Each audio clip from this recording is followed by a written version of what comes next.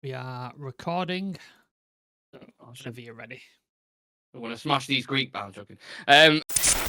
Hello, everyone. Welcome to the preview for the game against. Is it PAOK or is it PAOK? What do you lads call them? PAOK. I went PAOK, so We don't know, do we? No. I'm kind of split now. PAOK Let's go with sounds funnier. PAOK. PAOK's easier to say as well, Yeah. rather than going PAOK. Yeah, PAOK at Old Trafford.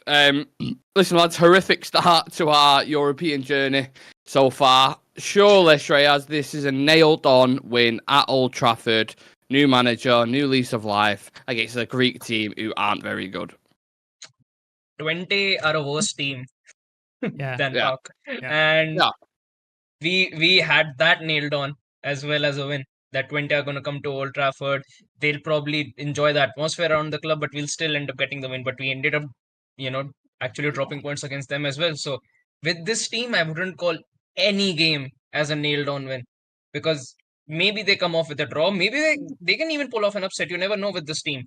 But I hope that we can actually pick up some points because I think it's high time that we have actually we actually get a win in the Europa League, because if this game doesn't go the way it should for United, we would be in a very difficult position in the Europa League standings itself, because if we cannot finish in the first 8 in this Europa League with the new system, and with the teams that are actually we are facing and the teams in the competition as well, I think it is a big warning sign that Yeah. with this level of competition we are not even able to make the top 8.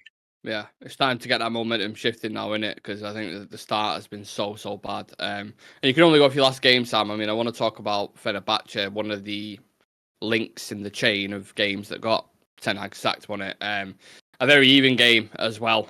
And I think they actually created more big chances than us, if I can remember right or not. The second half was like really worrying. And I remember Jose Mourinho saying after that Fenerbahce game, we played amazing. If we play like this into the Turkish league, we destroy every team because we played against a team that is at a superior level to us. And it did look very even, did it? Which is worrying. Yeah, we just not look good against any team in Europe for any. There's been periods in games like the first sort of 15-20 minutes against Porto. We looked like, well, we're going to destroy this team. Like, we were a couple of goals up and we scored in. I'm like, sick, we'll be out of sight in this. And then we chucked it away. FC20, we looked awful. That was it. And then Fenerbahce as well. Just, there was periods where we looked good on the attack, had some good moments, and then ended up getting paid back as well. So it's just like, yeah, there's not been a game where the entire game where we've been like, okay, we've looked decent here and just been unlucky with the result. We've caused our own downfall in pretty much all of the games. And we've got nobody else to blame except ourselves because it's been our own fault. Mistake against 20 cost us the goal. Mistakes against Porto cost us goals. Mistakes against Fenerbahce cost us a goal. So it's been the same pattern. And it doesn't seem to matter what the level of the opposition is. Like, you can go for SC20, who are the lowest ranked team in the competition, to Fenerbahce, who one of Turkey's better teams. Doesn't matter. We seem to suffer. Playing Porto, who are a very poor Porto team apparently, and all the fans were worrying, and manager was being hounded out and stuff. Still couldn't get the job done. So it just doesn't seem to matter what the level of the opposition is in Europe. We just seem to be shit.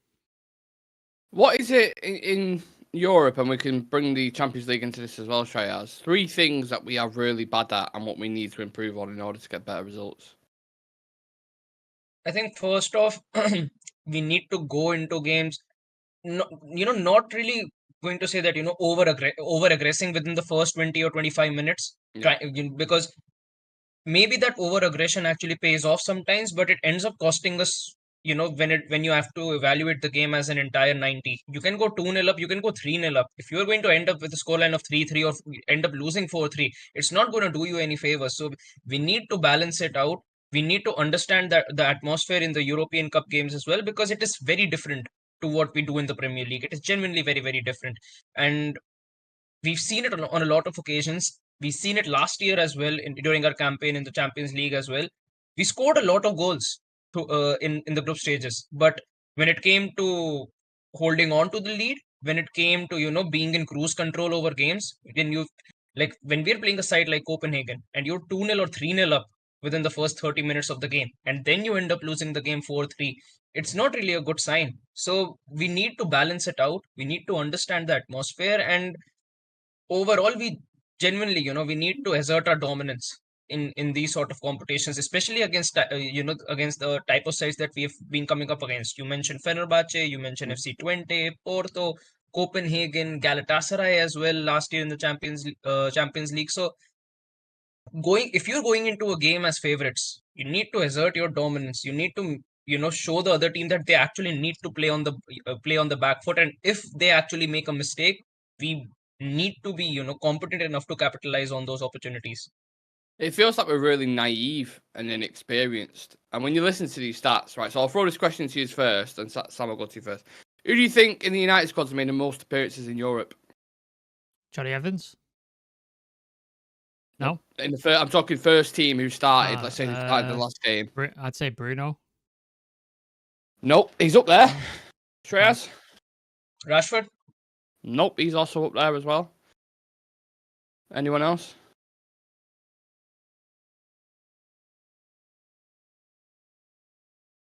It surprised me. I thought it'd be a certain individual with their experience in Europe. De Ligt? Nope, but he's got a good few games under his belt. It is, I will tell you, Christian Eriksen. With 102 appearances in Europe. Inter Milan. Yeah, Inter as well. Inter, Ajax as well was another one. But the reason why I read out these stats, so Onana, 63 games in Europe. De Ligt, 53. Majari, 44. Lissandro, 25. Dalot, 40. Casemiro, 97. Bruno, 71. Rashford, 72. And then obviously you've got Højlund and Garnacho, 9 and 15. But in general, that's a lot of experience in Europe. Even though, like Onana, 63 games. But they don't play like that. They seem to have this naivety, Sam, and they lack navigation in the game. We take the lead, and it seems like they don't have a plan or they don't know what to do. Whereas the experience doesn't show that, so I don't actually know what's going on. We're not a team. Like we spoke about this the other day, didn't we? We're not a team. Like it's a group of individuals running about, and there's no cohesion. Like you said, there's no plan. There's no sort of partnerships because with the defensive line, Ten Hag was changing, especially in Europe. He's changing centre backs every game. He's pulling people from fullbacks and switching the fullbacks over so nobody gets used to each other. He's forever changing the front line. Xerxes comes in, Højlund comes out, Garnacho comes out, Ahmad's out, like switching everything out. So nobody forms any partnerships. Nobody forms any understandings or any sort of thing. And then you look at the best performing players, and you mentioned the best performing players probably are the experienced players. Christian Eriksen's been the best performer. Onana's been a really good performer, saved us in a number of things. Mazraoui's been a very good performer. The experienced players have been the ones who perform the best because, like you said, they've got the experience, they've been there, done that. But as a team together, we're not coherent, we're not together. There's no patterns of play, there's no relationship, there's no like understanding. Oh, if I get the ball, I know Rashford's making that run, so I don't even have to look. I can just get that ball over there and he'll be there. Because sometimes you see it, they'll hit a ball and Rashford's nowhere near it, and then they'll be like, well, where were you? Because there's no connection, there's no understanding, no chemistry, no nothing. And that's been going on since like post Fergie. There just doesn't seem to be a connection between any of the people on the pitch. Maybe it's in training, maybe you see it in training, but when it comes to game time, it's just not there, and it hasn't been there for a long time. Do you think the squad's good enough in terms of whether you call it individual ability or not, Shreyas? Do you think it's good enough to win the Europa League?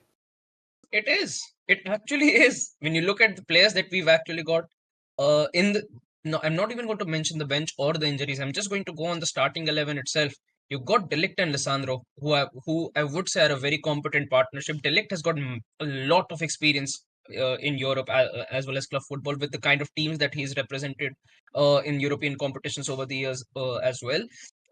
You've got the likes of Mazraoui, who's featured in a lot of European competitions. Onana has had some very, very good campaigns under Ajax as well as under Inter. He made it to the finals of the Champions League and probably was man of the match in that game as well. Then even when you move into midfield, we've got a veteran in Casemiro who knows how these European competitions actually work. He's probably the best in business when you actually look at the kind of experience he's got in these competitions.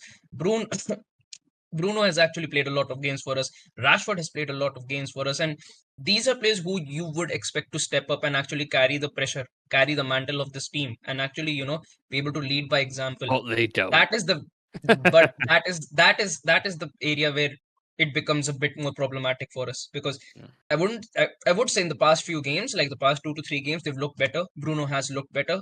Rashford has looked better, but it's going to take a lot more for us to actually, take that leap. It is going to take a lot more. So once we actually see those levels from both of them, I don't know when it will happen. Maybe it happens for Bruno quicker than it does for Rashford, because I think that attacking line is generally much more turbulent than the Mm. midfield line. I think that attacking line it's way more, it's very, very imbalanced. In the midfield, I can still see things clicking Yeah. as we go into the deeper stages of the season, but the attack is way, way, way, way more turbulent than the midfield.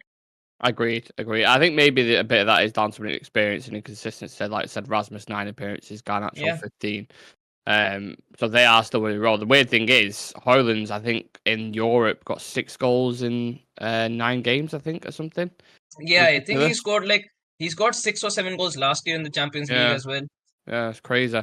That's the problem is if Garnacho is able to find our players, Oh, then he's moving don't forward. even speak to me about Garnacho at the minute. I'm honestly, he's on fucking thin ice with me at the Yeah. moment.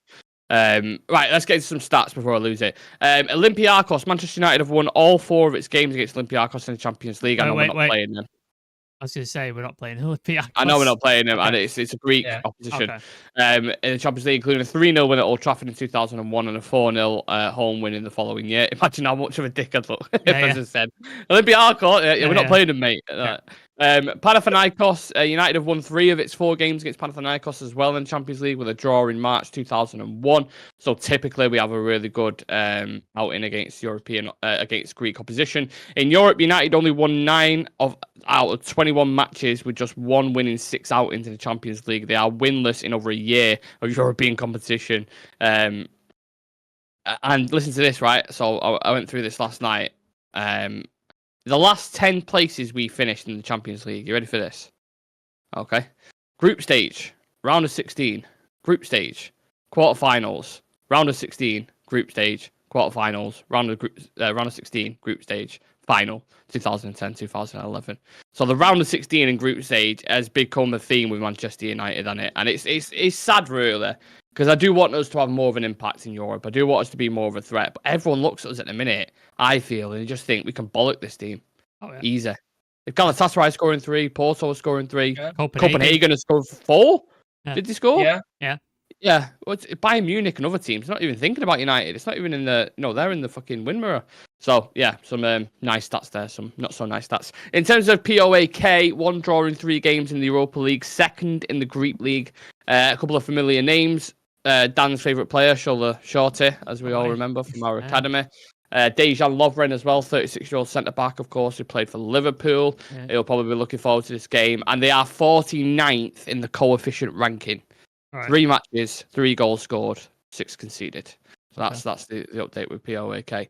Does that give you any more confidence or any less confidence playing them? No. You still think they could get a result? Yeah.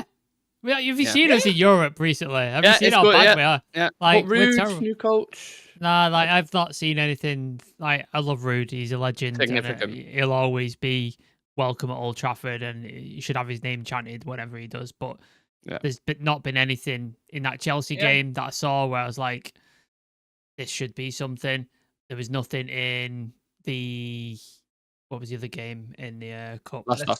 Leicester.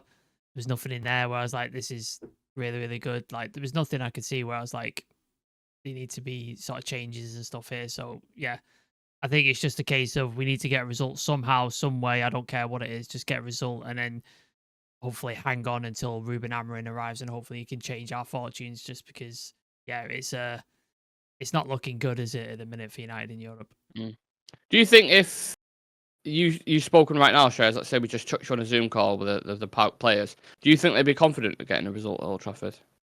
The players? Yeah. Not at all. No, the PAOK players I'm talking about. Oh yes, they will be. Our players won't be. Their players will definitely be much more confident, because they'll look at the way we play, and to be completely honest, I don't see much of a difference. Like I mentioned before as well. Just take out who was on the touch line for us in that Chelsea game. The way we played, wouldn't it have made a difference if Erik Ten Hag was standing there or Ruud van Nistelrooy was starting there, because it was way, way too similar. Mazraoui would have been in the 10. That's what would have been the difference. Yeah, that's probably the only difference. But apart from that, everything was actually quite similar with the way we played, with the way how we move out with the ball. The way we conceded the goal as well was very similar to how we conceded goals under Ten Hag as well. So it's not that much of a difference. And like we said, any team who's actually coming to play up against United, they will just look at it and go and say in European competitions they're just going to try and over aggressive within the first 20 minutes. The moment things either don't work out for them, or the moment they end up conceding a chance for us on the counter, we can just go ahead and score 2 or 3 goals. And Yeah. the moment any team scores 2 or 3 past against us, our heads just drop off. Yeah, correct. Who's the ones to watch in this then, Sam? Obviously, PAOK. I'm not expecting you to name, give me a full detailed analysis on their players because you do not watch the Greek league and neither does anyone else. No. But United, who do you think could stand up in this game? I'm going to say Garnacho just to annoy you, but I won't do that. Yeah, it'll be cut though from the video. It'll be cut. Yeah, it's hard to say because I don't think any sort of players have stood out. Every week I normally say Mazraoui because he normally has a fantastic performance. He was really good against Chelsea. He was great against Chelsea. He's the only brilliant spark in this team. Like his decision making is ridiculously good. He always makes the right decision. Competent, calm on the ball, like gets forward, very good defensive work. So yeah, I can't look further than Mazraoui. Other than that, it's like I say Mazraoui or Onana most weeks, don't I? Because they're the sort of best players. Yep. Our attack line is faltering at best. Our midfield, 1 week is not bad, other weeks is terrible. So it's very difficult. I mean, I'll just go with Mazraoui because I know it's the same thing every week, but he's the best player at the minute. What do you think about the makeup of the midfield, Shreyas, with Ugarte and Casemiro? Because I do think Casemiro and Bruno have been better. I thought Ugarte questionable some of the passes in the Chelsea game, giving it away. I think they looked a lot better. And in comparison to Bruno, I think Casemiro's gone a bit under the radar in the past few games. I think the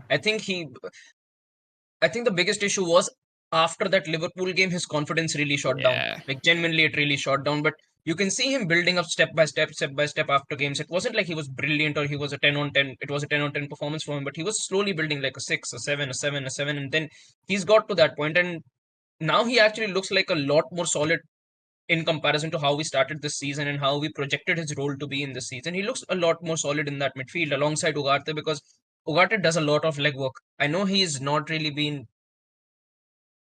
I would say, comfortable in that role that he's been put in, but it does help out Casemiro a lot because if we see the amount of times Casemiro has been trying to build up the play by himself from the back, trying to play those diagonal balls out to Garnacho, trying to play those diagonal balls out to Rashford, it's been much more relieving for him, I would say, in that midfield because he doesn't have to put in reckless challenges every single time. And even defensively, he looks a lot more stabilized than what he was doing in the early course of the season. Or bollocked Garnacho. Sorry to exactly, and he deserved it as well. Yeah. He deserved it as well. But I think Casemiro's looked a lot better. I think Bruno is slowly and steadily building up as well. It's just a thing. The moment we see that one performance from Bruno, we know that he's going to go on a hot streak of 2 to 3 months at least. So I'm just waiting for that to happen because when it does happen and he's playing well, our team ends up playing a lot better when Bruno is on his best form.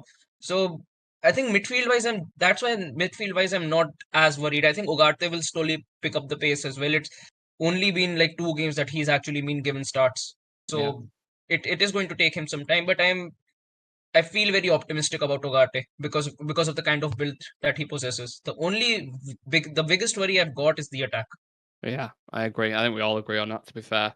I think Casemiro, I don't know if I was too quick to jump on it, but I thought after the Liverpool game, I just thought there's no chance. He's completely done. And I'm always happy when a player, when there is a revival. I thought against Chelsea he was actually really good. Obviously, the eyeballs were on Lavia and Caicedo and these kind of guys. And Caicedo was phenomenal. But I don't know. He's picking up performances and I like to see it. Maybe it is because the new managers come in. We do see that sometimes. Maybe it is because he's got Ugarte next to him.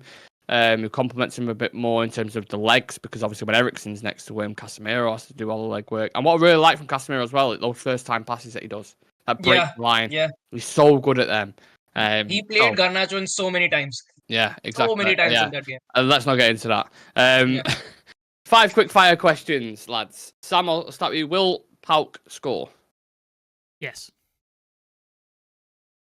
Yes. Yeah. One wild card who deserves an opportunity in this game. Harry Amas. Amas, and you said Ahmad? Did you say Josh? Yeah. Ahmad and Amas. 2 ways.